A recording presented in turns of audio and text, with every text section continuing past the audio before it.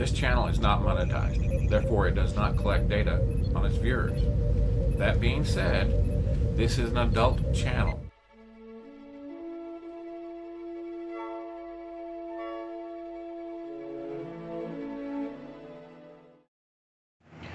In this exciting episode, we will be reviewing the Planet Killer special issue. It was encountered in the year 2267. The hull is made of pure neutronium. Weaponry is anti-proton. Origin is extragalactic. I got to tell you, when I first saw this as a kid, I thought it's a horn. Planet Killer specifications, I already went into that. It also has a subspace distortion field. That's how you mount it there. And I'll try to remember to put a timestamp in this review so you don't have to wait through the magazine read if you don't want to. I don't read the whole magazine. Planet Killer, arriving from beyond the galaxy. This ancient weapon destroyed everything in its path.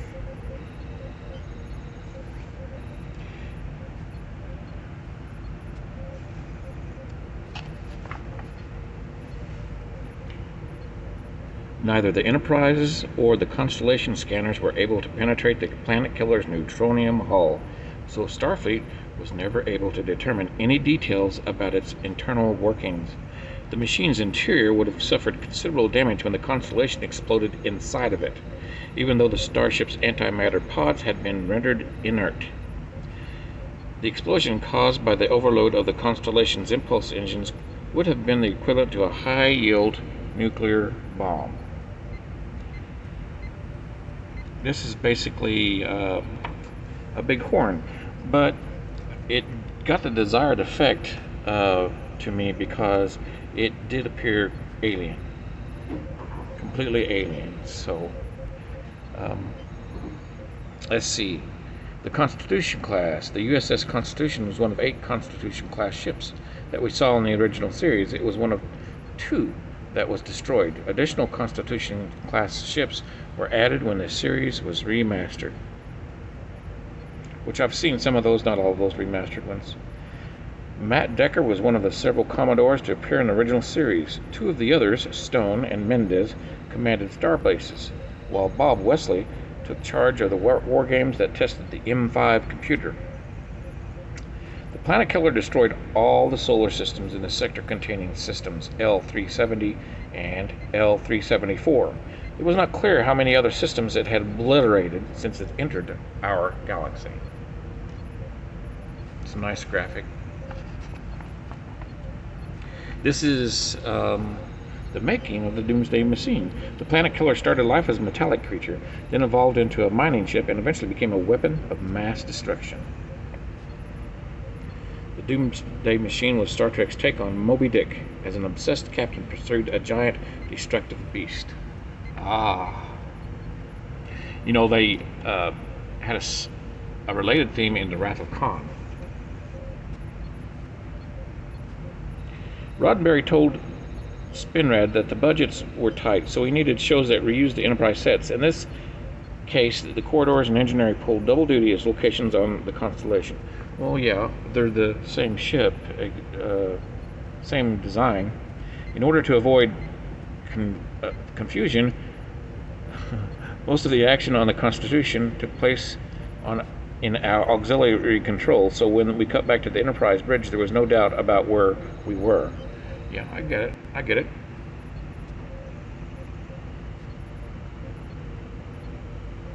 According to its author, Norman Spinrad, the second season episode The Doomsday Machine owes its existence to Stanley Kubrick. Like Spinrad's good friend Harlan Ellison, who wrote The City on the Edge of Forever, Spinrad was a science fiction novelist. Fascinating.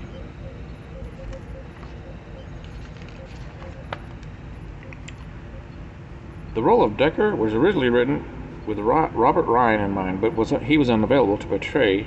The part was played by William Wyndham. He did a good job. It was a believable performance. He acted really scared there at one point, petrified.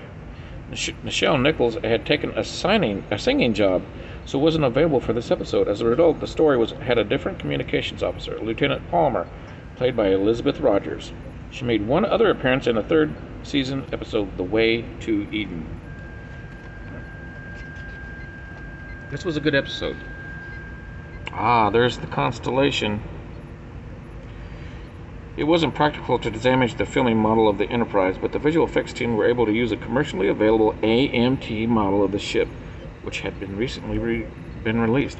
That's how successful this show was, because while it was still new episodes being made, they had already made model kits. That's a good sign. They still haven't made model kits of the Expanse. Spinrad was not impressed by the final design of the Planet Killer, which he felt was far too basic. At Roddenberry's request, he produced his own drawing of the ship, which had cutting and tractor beams and tentacles. I thought it was kind of but it does look alien. The story editor, Gene Kuhn, added some jeopardy by having the transporter malfunction when Kirk was trying to beam away before the constellation is destroyed. Yep, Scotty earned his pay that week, too.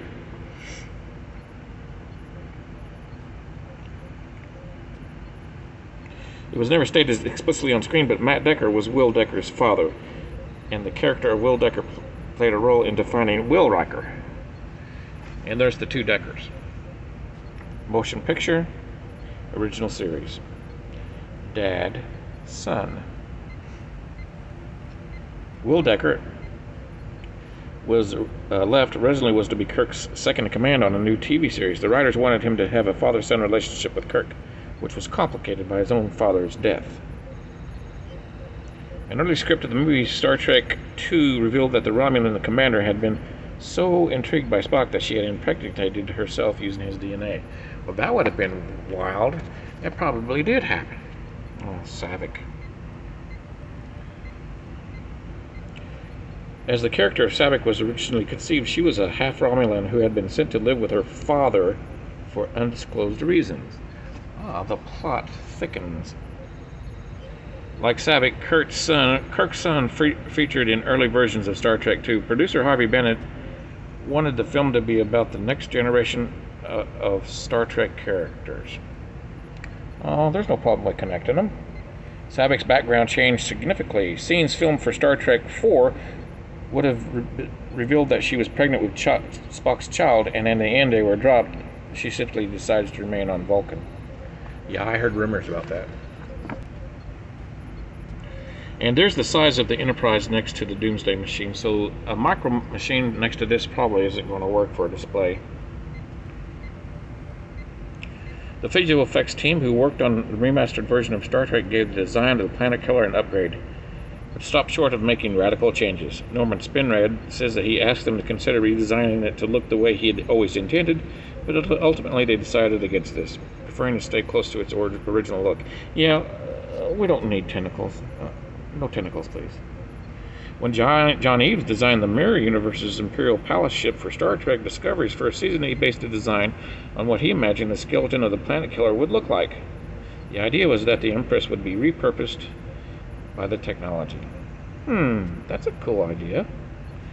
The USS Constellation's registry NCC 1017 was used because it could be made by rearranging the numbers of the Enterprise registry, meaning that the VFX team could use the details on the AMT model kit.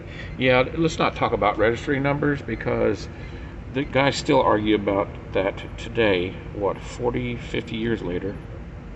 That's a cool image there. And here's some more. That's a nice image back there. Here she be. Here she be. Sounds like a Moby Dick. Oh wow, this is a lot smaller than I thought it would be. Well, it's not an XL version, is it? It's a special issue. So here we have, man, that almost looks like a whale skin, doesn't it?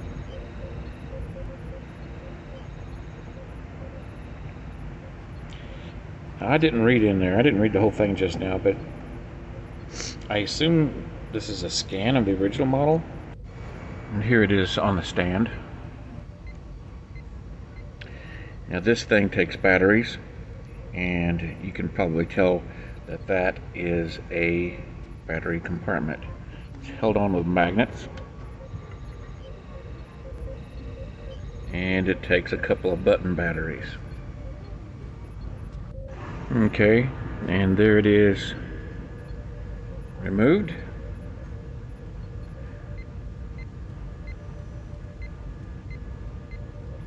And here are the two screws, 1, 2. Of course, we don't want to lose those. Okay, this is the way you have to put them in. The flat side needs to go up on these button batteries.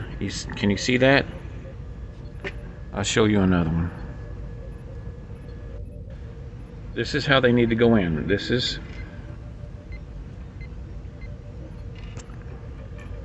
These things are so small, my fat fingers,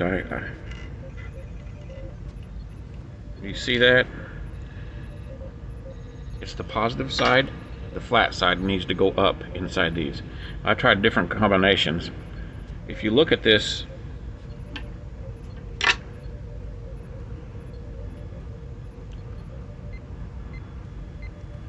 right here, don't pay any attention to positive and negative on this LED unless you need to replace the LED, because it doesn't tell you how to put the batteries in. You put both batteries flat side up. You need to press the button, and that's how you do it.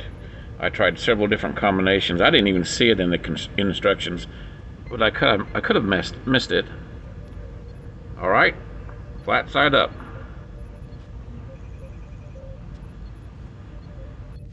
Okay, I pushed the batteries the rest of the way in, and they go in there like this. See? And I'll put the screws in.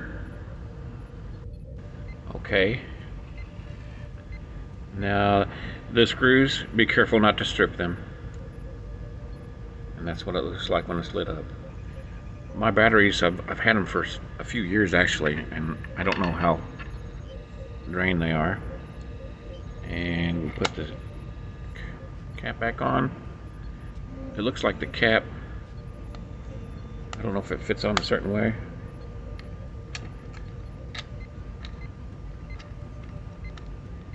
Yeah, it does fit on a certain way.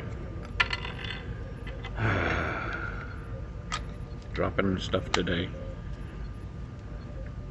And that's what she looks like when she's lit up.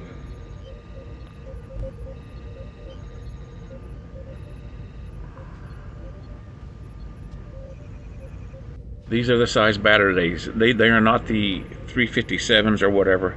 These are the smaller ones. And you probably can't see it in my fat fingers. It's LR41 is the number of the battery. So, there she is. It's a big horn. You can see the light through that crack there.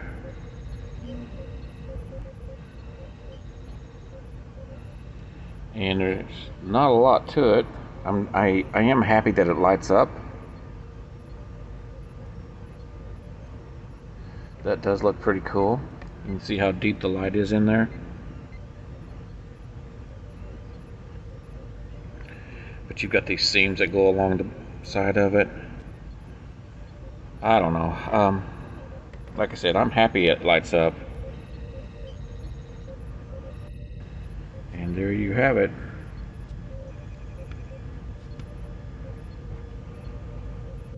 And there you have it. The Planet Killer from Star Trek, the original series.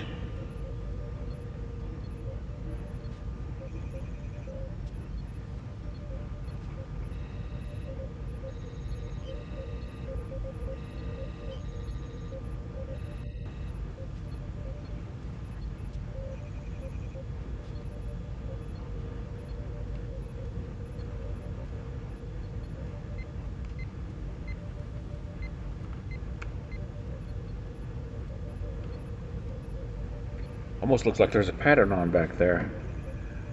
Or no, it looks like they've mirrored side to side to make the pattern symmetrical. You see what I'm saying?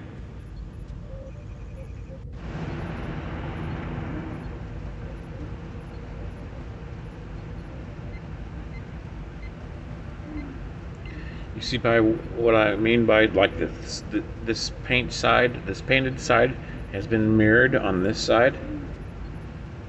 But then again, I don't know. I mean, nature likes symmetry. I don't know if they were being lazy or anything. It may be the way the filming model was.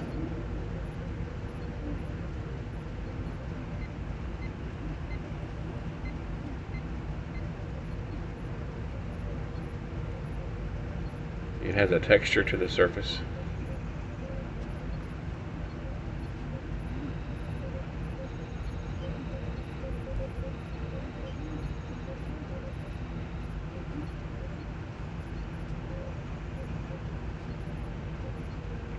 You see where there's segments in there.